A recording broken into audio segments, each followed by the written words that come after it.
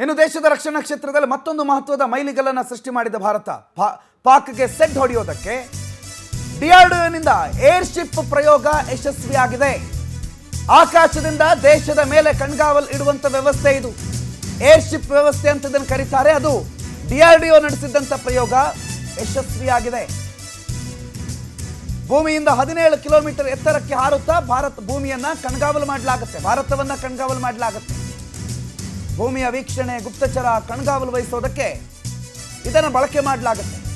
ಶತ್ರುಗಳನ್ನ ಹುಡುಕೋದಕ್ಕೆ ಮತ್ತು ಹೊಡೆಯೋದಕ್ಕೂ ಕೂಡ ಈ ಏರ್ಶಿಪ್ ಸಹಕಾರಿಯಾಗುತ್ತೆ.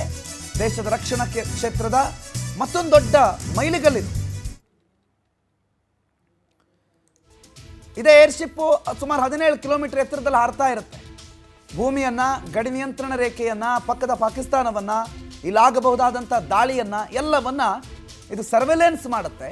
ಅಂಥ ಸಂಭವನೀಯ ದಾಳಿ ಇದ್ರೆ, ಏನಾದರೂ ಗುಪ್ತಚರ ಇಲಾಖೆಯ ಮಾಹಿತಿಗಳಿದ್ರೆ, ಕೇವಲ 17 ಕಿಲೋಮೀಟರ್ ಭೂಮಿಯಿಂದ ಮೇಲಿರೋದ್ರಿಂದ 17 ಕಿಲೋಮೀಟರ್ನಿಂದ ಕೆಳಗಡೆ ಬಹಳ ಸ್ಪಷ್ಟವಾಗಿ ಕಾಣುತ್ತೆ ಏನೇನಿದೆ, ಏನೇನು ನಡೀತಿದೆ ಅನ್ನೋದು.